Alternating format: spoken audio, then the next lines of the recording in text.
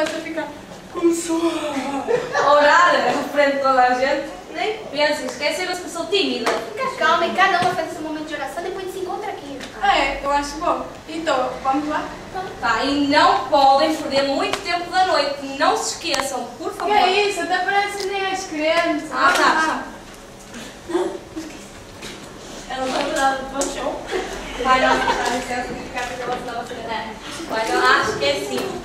Bem, como é que era mesmo? Lembrei. Pai nosso que está no céu, santificado seja o vosso nome, venha o nome vosso reino, seja feita a vossa vontade, assim na terra como no céu.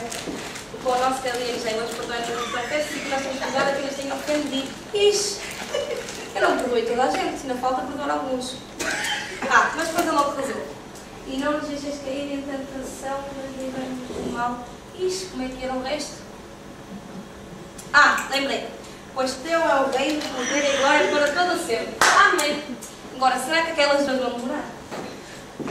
Ninguém merece. Onde já se viu perder tanto tempo com uma oração? Já passaram 2 horas. Vocês têm noção do tempo que vocês perderam a orar?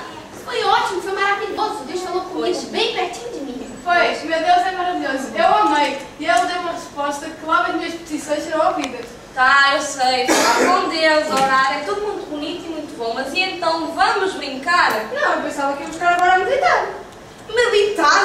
Que ótima ideia! É maravilhoso ouvir Deus falar conosco através da Bíblia. É. Então, vamos? Sem mesmo de ser.